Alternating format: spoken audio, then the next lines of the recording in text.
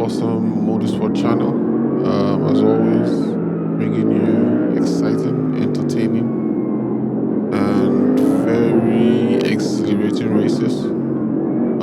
Always intense, always filled with action. And for this week, we really didn't have any races this week because this is the 13th week 13, and basically it's the week where updates are made and the switchover basically takes place within the week. So everybody's given the opportunity to move over to the new build. So usually problems are solved, all of those things are tackled before the new season begins. So next week the season begins, and for this race, this was the last race of the season at Okayama. So we're already really just tired, and yeah, it's an early start to the race. And green, there we have it. The flags are waving, and we're starting this one actually in P15 because we didn't, as usual, qualify. We basically didn't even practice. We just jumped on and just entered the race immediately. So we're starting in P15. 15 cars ahead. They're just trying to, and there goes one car. We try to avoid it, and yes, we do avoid it. We do take evasive action there. Very, very quick and swift evasive action. That's one thing I've learned with iRacing. We're ready for whatever is coming up front, and we're ready to take action as quickly as possible. Because they'll just wreck you, and that's it, your race has ended. Anyway, now we're up to P14 after that one car spun out. We're just gonna take it easy, watch all the cars, and there we go, another incident. Not sure whose fault that was, but we go off track. Slightly off track, two cars will go by, one car's gone by. Another one is on the left on the inside, but I don't think it's making a move. Are we gonna make a move on this guy? No, just take it easy, just take it easy. Just take it easy right there. That car was a little too slow on the throttle, and so we got on the power before them, and it must have been a very tiny clip right there. Must have been my fault, to be honest, because I don't see it was too slow on the throttle, but I don't think that's not a reason to. It is what it is, man. Apologies to whoever that was. But yeah, so we're up another place. I start Ford Mustang GT3 went off track right there. We're up another place. Yeah, we are the number 2 rated car on this split. So really, we should be in second place. I'm not sure why we're back. Yeah, well, like I said, we didn't practice nothing. We just jumped on and just joined the race. So yes, must have been slow, and that's the line in front of us that we need to catch up to.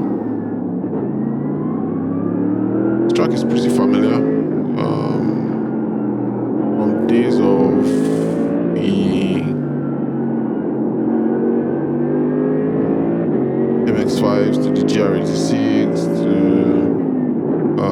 the GT4s, trying to qualify for your B license, for your A license as well, So it's a pretty familiar track. I've probably driven here probably a dozen times or more. So yeah, I knew I was going to be able to get up to pace as quickly as possible. It would just take a few laps to kind of remember the rhythm and then get into the rhythm. And I think that's what played out here actually in this race. So yeah, it doesn't look like there's too much to do in this race than to just build up pace and catch up with the cars ahead. While we're doing that, let's talk about what the future looks like, especially going into the new season. So there've been a bunch of upgrades, there've been a bunch of changes. One is, the most notable is the UI. There's been a new addition to the UI. The new UI has been revamped, mostly brand new. Looks really good. I've done, in fact, this view right now, this that came with the UI. I wanted to say that comes with the UI. So I mean, both this instance, since I've downloaded it and I have it, just it came with the UI. So um,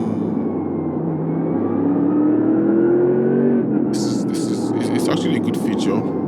Having this view, being able to follow the car and have this view of what's going on around, so that your viewers can see what's happening around you as you drive. Um, Copy view obviously is still there. That is standard. You need to be able to see the lines you're taking. You need to see, how it looks from the cockpit. So that's the driving position. So anyone who is trying to learn the lines or learn the track, the copy view is always there to reference. So this view actually just gives you a very good angle from which to view the race. I'm looking to probably upgrade my PC very soon. When I do that, I'll be able to run full settings and be able to see the greenery a little bit better, the track details a little bit better, as well as the car itself. I mean, that will add a ton. So iRacing is doing quite a lot to improve the visuals. Yes, we understand that the visuals can probably be a little better, but this is not bad in itself. We aren't. I mean, we want realism, but Unreal Engine is not the only physics engine that can display what needs to be seen. I mean, from what we are seeing, it looks quite good. It looks quite good. It does everything that needs to be done, represents everything that needs to be represented. You can see the shadows, you can see the lighting, you can see the track surface, you can see the stands, you can see the greenery around. It does everything that needs to be done, you know. But there are people who want the Unreal Engine kind of view, and for me, that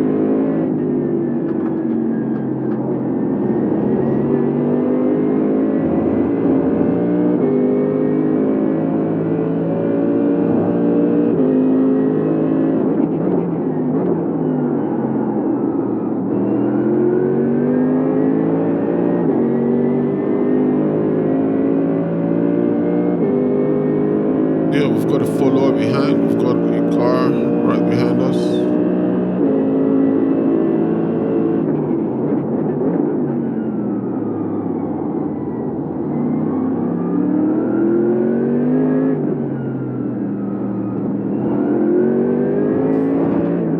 Still up to P13, I believe, at this point.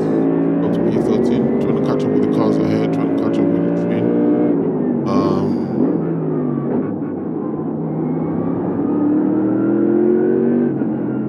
I think, just talking about the updates, I think one other thing that iRacing needs to update is live standings and relatives in the replay view. And there's a crash. There is a crash right there. For sure. We're going to be able to come back to take a look at that. But yeah, as I was saying, the relatives are standing in the replay mode. When you're in the replay mode, you should be able to see your live relative and live standings.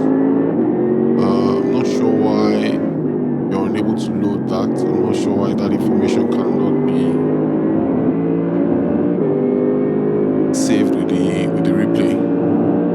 But when you're recording a replay like this, you can have the live standings on one side or relatives on another side, and people can really see what's actually going on. Because from this angle now, you can't really tell what's going on with the standings and what is going on, except I say it or I tell you.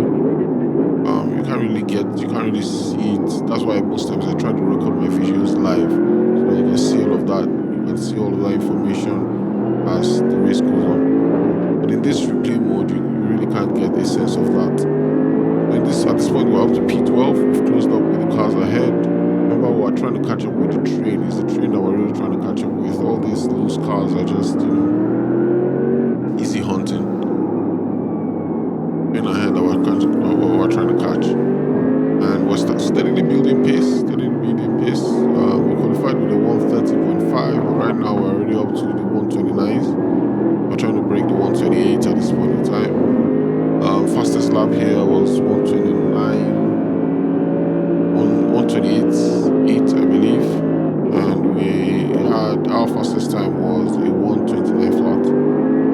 So we're just like 2 tenths off pace. So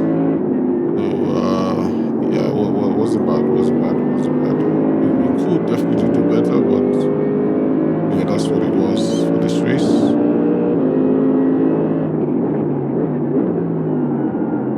We always try to be able to pace. We always try to be able to pace. I think what we need to build up to now is the consistency to get up to split one. Once we can get up to split one, get into the split one races, then we can. Are we gonna make a move here? Yes, the move is wide open. We make the move, get the place. Now we're up to P11. As I was saying, once we can get into the split one, and from split one we can, and then build our I rating to the point where we are consistently in that split one. Split one offers the advantage of measuring yourself against the top drivers, and that definitely increases your pace, increases your ability to be consistent through a race, because you're racing against people who will not make a single mistake. So your consistency goes up, your pace goes up, you guys are fast, your setup becomes better, and overall you just become a better driver just competing in split one. Obviously split one is also where you find all the YouTubers, and that also helps with the competitiveness of the races. Everybody wants to do well. Everybody wants to put up a video on their channel showing how well they did. So everybody's really, really competitive. And in my view, that's why we race. We come in for the competition. We come in to have fair racing, to have clean racing, and to be competitive. You just want to be competitive. You want to push the limits of the car. You want to drive to the maximum that the track allows. You want to see what is humanly possible. Apart from the talent that you have, you also want to extract the most from the car. It'll be good. It'll really, really be good if we can build up our consistency to get to that point. And that's the goal for next season. We're already in the A license. We just need to build up our driver rating as well as our safety rating. Our I rating and our safety rating. We need to build those two. Talking in ultimate terms, we need to build up those two so that we can then get into more races. And it's actually the same thing for LMU as well. LMU, we are currently in Platinum 3. There's no longer, we have hit the ceiling there, we're not going any further. But with our driver's rating, I think, no, with our safety rating, we are in Silver 1, I believe. And for me, that's not good enough. Mostly, actually, to be honest, that's not really been about my driving, but about LMU itself, because it's crashing. In a race, it crashes, you finish last, they deduct massive points. You register for a race, and the race doesn't, you can't enter the race. Massive points get deducted. To be fair, it hasn't really been about racing, but really more about getting the app to work correctly. The last race we did, the 6-hour race, I promised to put up a video on that, but we couldn't really get a video because there were just a lot of things that were just happening. Yes, we finally did the race, but the race didn't end well. We practically finished last, basically, because we got quite a lot wrong. We're in a very good position. We're in P6, P5, and then the driver who was driving at the time, his sim crashed. Somebody had to take over. By the time we took over in the pit, we were already a lap down. He drove, I took over, I drove, handed it back to someone else.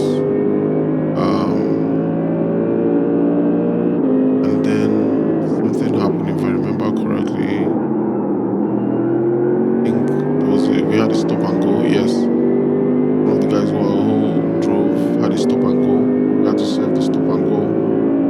After serving the stop and go, we're already 2 laps down. Then by the time I took over, tried to make up places, tried to drive as aggressively as possible. Some guy ran into us. Oh, and there's the crash. Almost a bad region, and that's the second car. I guess both of them were involved in the crash, and now we're up to P8. Now up to P8. We're gonna make up some places in the pit as well. Some cars will go into the pit, so we're gonna make up some places there. Because we decided to play the long game here. We did the overcut rather than the undercut, just to maximize our time on the track and to avoid traffic, because it's quite a small track. So avoiding traffic is really where you can make up time. So there we go. We have one car in the pit lane. No, that was the car that crashed earlier. So that's not it yet. So no one has gone into the pit lane yet. This is what I'm talking about: relatives and life standards and relatives. Anyway, so back to what we were talking about. So in the end, we were already so far down that there was really nothing we could do, to be honest. We really couldn't do much. So we just stayed in and ensured that we finished the race. And like I said, the driver's rating is already maximized. I'm already P3, platinum 3, and I've hit the ceiling there. Not going any further. While the safety rating is where I've had a little bit of difficulty. So we had a minus 13% on the safety rating, but on the driver's rating we had a plus 10%, if I remember clearly. Yeah, plus 10%. That was that for that race. The next 6-hour race is going to be at Fuji. And funny enough, I think iRacing is going to have a 6-hour race as well. It's between competing on iRacing versus competing on LMU. But most of the guys who I drive with are on LMU. So most likely we will be competing on LMU.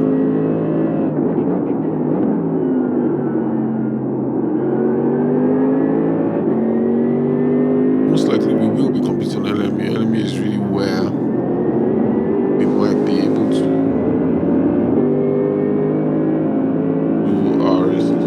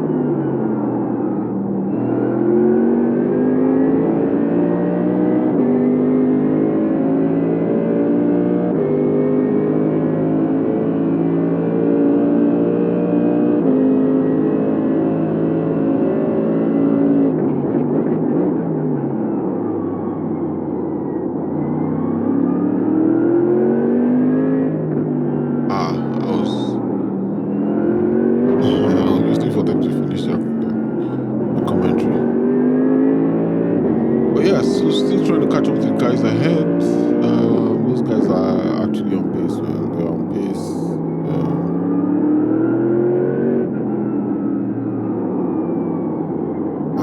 Man, these guys and the language. I apologize for the language again.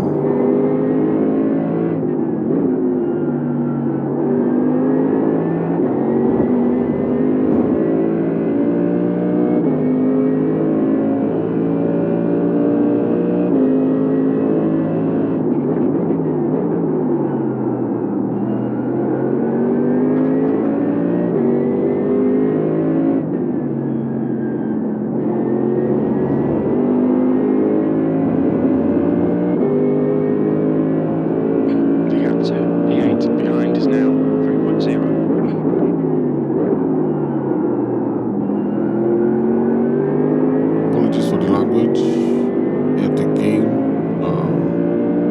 Guys definitely need to get really mad on the radio, and understandably so, especially when people do some crazy stuff in these races. Just take you out, and anyway. So expect us to compete in the Fuji 6-hour races on the Mons Ultimate. iRacing, I need to build up something for iRacing. We need to compete on iRacing as well. But the problem is that most of the guys available they haven't really made it up the ladder in terms of their licensing. And that's an interesting topic for discussion actually. Which one has the most difficult pathway to obtaining your licenses?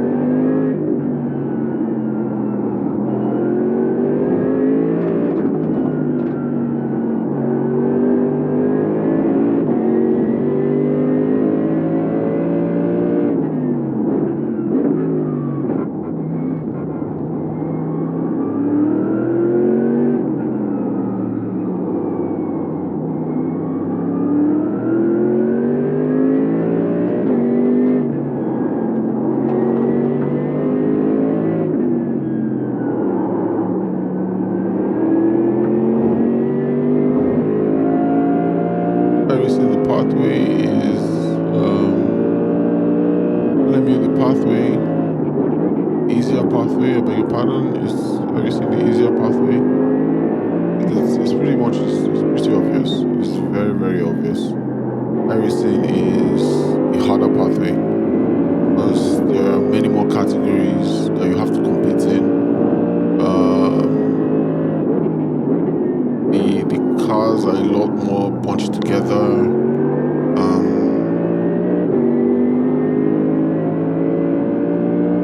Many more categories that you have to qualify through.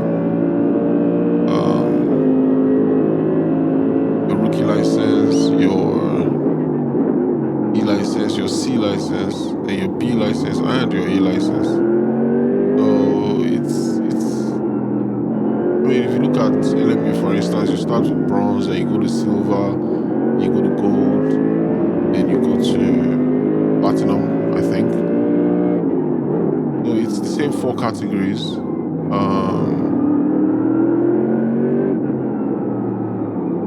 It's the same 4 categories, but the penalties that you get or the mistakes that may occur during a race are much more severe in iRacing. If you have a contact with a car, you get a 4x.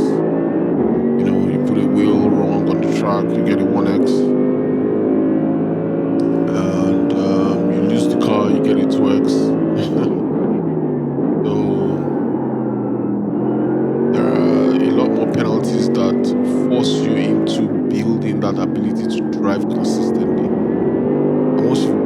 ability to drive consistently, it becomes really, really, really, really easy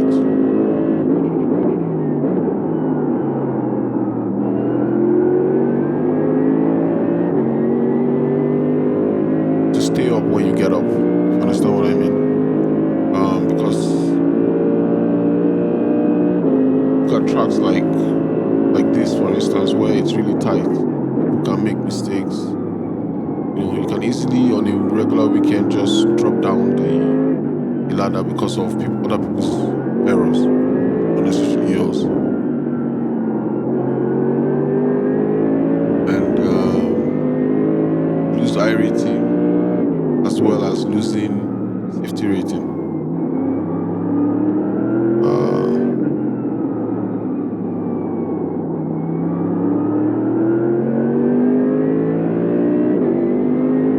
Yeah, so we have some cars going into the pits. One,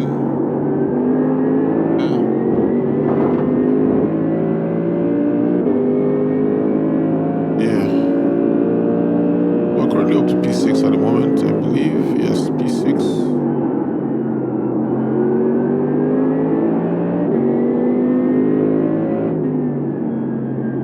Still maintaining that consistency because really that's all we can do. Just banging in lap times. Lap times, ensuring that you remain consistent and then the race will come to you. That's another thing you get to learn with iRacing, that it's not really about fighting with other people. It's about fighting yourself. It's about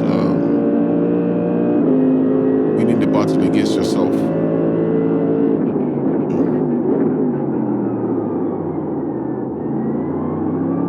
Ensuring that you're able to beat your times, you're able to beat your times, you're able to beat your times, you're able to beat your times, you're able to stay consistent, you're able to beat your times. And beat it, ensure that you keep up with it. Stay within a 1/10 or 2/10 window. Don't push beyond that. Be tight to the car, ensure that you are not, loose.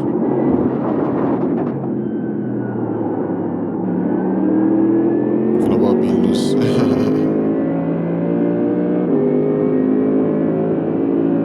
So yeah, what other updates do we have with iRacing in this new build? We have new cars. There's a new track, Mexico City track.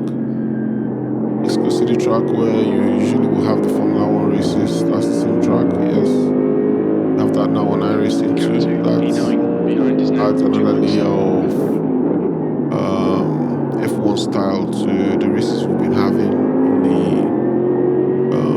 the GP category, the open wheel categories. The open wheel category where we've been having races that align with the Formula 1 calendar. That has been fun. The Super Formula does that as well as the W11 GP. So that has been a lot of fun. Having race weekends on the track that is aligned with the one calendar. Then there are new cars. New cars. There's a Dallara, which is the Indian. I beg your pardon. Which is the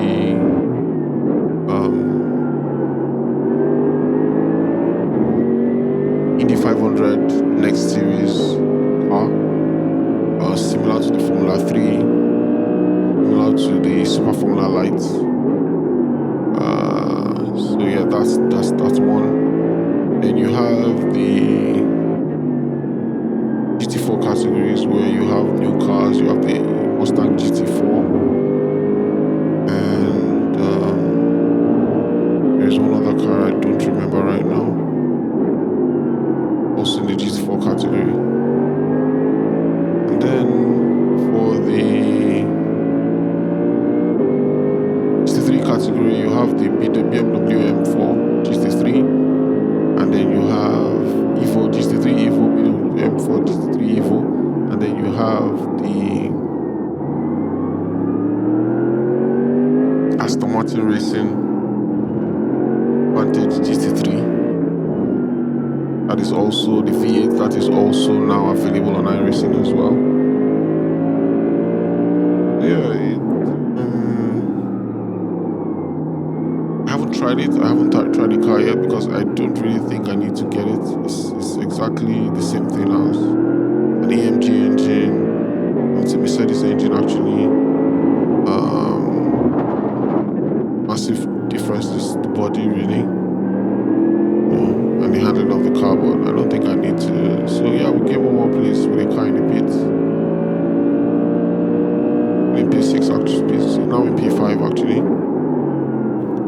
But like I said, we're playing the long game, so we're expected to pick up a couple of more places. The question will now be whether we're able to make the overcut stick. I think that's what we need to see.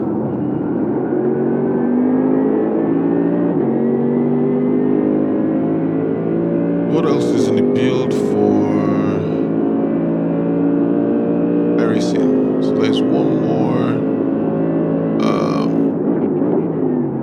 thing that they've now brought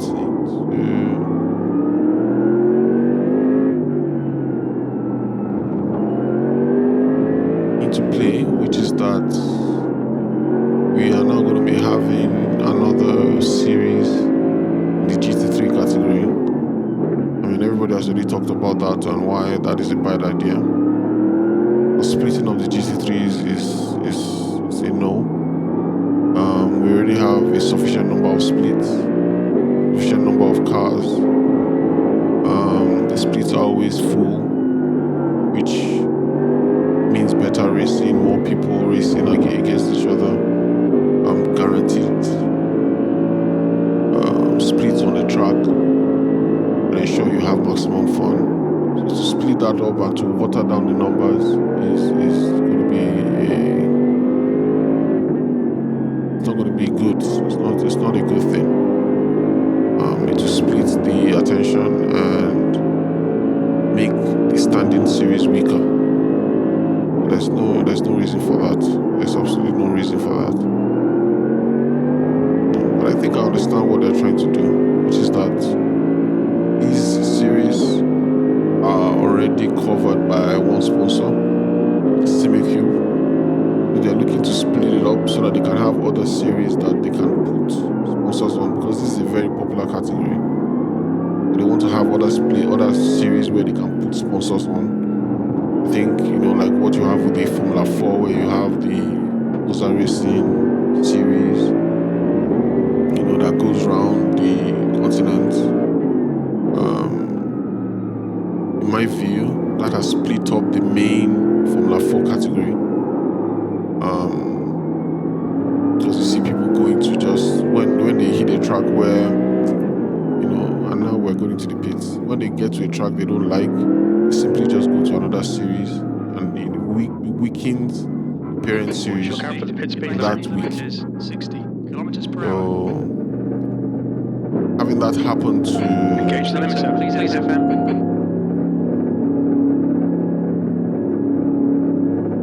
the GT3 category will be really, really bad. After the GT3 category, what next? The next category actually is the hypercar category, prototype category, and initially we had the LMP3s, the LMP2s, and then the hypercars, P1s. But for some reason they took out the LMP2s. I think they took those ones out. Then they returned it, and largely that whole group is now quite weak. So people are not really competing in the hypercar series as much as they're competing in the GT3 series. In fact, when you go on multi-class races, there are many more cars in the GT3 categories than in the hypercars. Like, people don't want to drive the hypercars because for some reason it's really dull. It's really dull compared to competing in the GT3 races. tire physics is another thing. You expect that when you're driving the car, you should be able to feel the car on the road. And the inability to feel the car means that you cannot be predictable. You can't make lap times. You can't. It's okay to start when the cars are on cold tires. It's okay for the cars to be on the edge. But once they are no longer cold, you should have grip and you should be able to predict where that grip is. That is what makes you able to drive the car properly. That's another problem right there. I was in the hypercar series at some point. I basically left because it wasn't making sense to me. I tried it again, to be honest, I wasn't impressed. I wasn't really looking forward to. I wasn't impressed, to be honest. I wasn't impressed.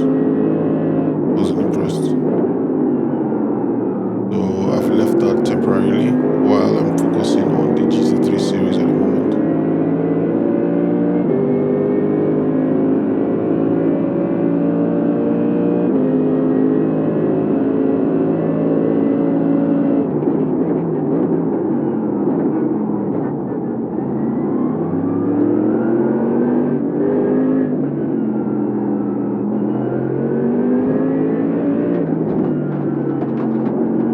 So now we have this lovely Mustang on our tail. And let's see if we can keep him behind us until the end of the race. I think we have 4 laps left.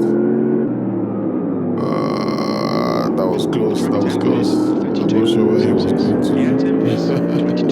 Wanted to make him dive down the inside, but obviously they have to slow down to make the turn. So there was really an opportunity for him in that corner.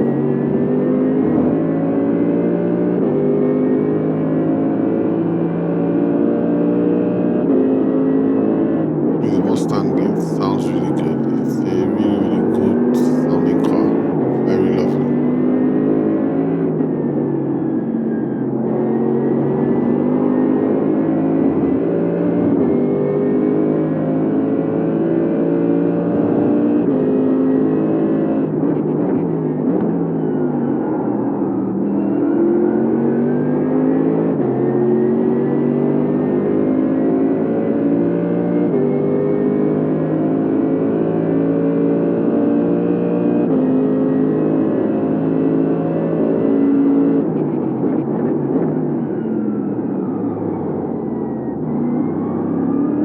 How high the P2 SUV is on that car, man. It's right on the top of the car. And it's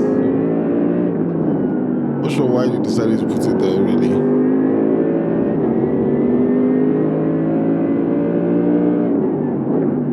For determining the actual speed of the car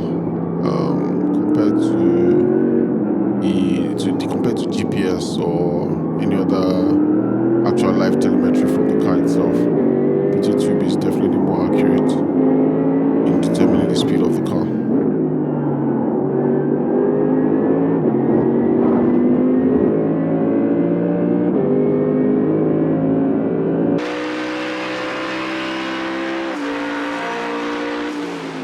Trying real hard. It's trying really hard. Like I said, it's a race against yourself. You're not really competing against anybody else. Now he's closer, but just a matter of time. You just had better exit there. Consistency is really what gives you pace ahead and just keeps you going. What keeps you ahead? As far as you are consistent in your own driving, nobody will get by. I mean, imagine if I was panicking here and worrying about him. He will obviously make up space on me and be on my tail in no time. But I was really just concentrating on making sure I don't make any mistakes with my own driving, and that I'm on pace with what I've been doing all race, because that's what got me here in the first place. But once you've come to understand that, about racing, then I think everything else is secondary. Just knowing that it's about your own raw pace. It's not really about fighting on track with anybody. It's about you being on pace. And if your car is faster than you, don't worry yourself about it. Let the car go by. it's better than fighting the car and then both of you end up not finishing the race, which happens a lot.